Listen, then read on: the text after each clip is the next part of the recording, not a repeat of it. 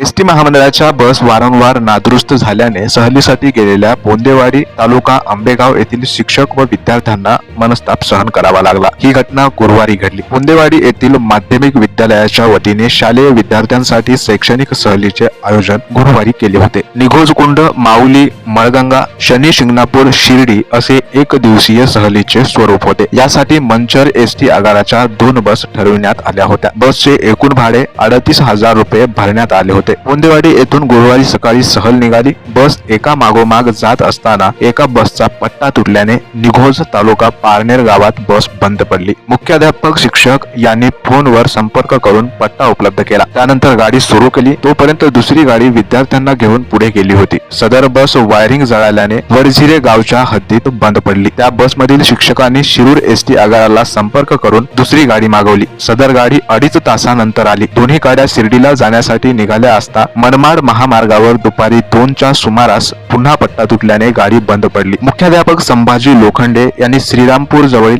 ST आगाराला संपर्क करून दुसऱ्या बसची मागणी केली, परंतु सायंकाळी 5:30 पर्यंत बस उपलब्ध झाली नाही। शैक्षणिक सहलीसाठी मंचर एसटी आगाराने नादुरुस्त गाड्या दिल्याने शिक्षक व विद्यार्थ्यांना त्रास सहन करावा लागला। सहलीसाठी विद्यार्थी व शिक्षक मोठ्या आनंदाने निघाले होते, परंतु त्यांच्या आनंदावर बस वारंवार नादुरुस्त झाल्याने विरजण पडले। अनेक विद्यार्थ्यांना दुपारपर्यंत जेवण देखील मिळाले नव्हते, असे आंबेगाव तालुका खरेदी विक्री संघाचे माजी अध्यक्ष अनिल वाळुंज यांनी सांगितले। मंडळी, या बातमीबद्दल तुम्हाला काय वाटते कमेंट मध्ये नक्की कळवा। एसटी महामंडळाच्या चॅनलवर नवीन असाल तर सगळ्यांनी एकदा जरूर सबस्क्राईब करा। धन्यवाद।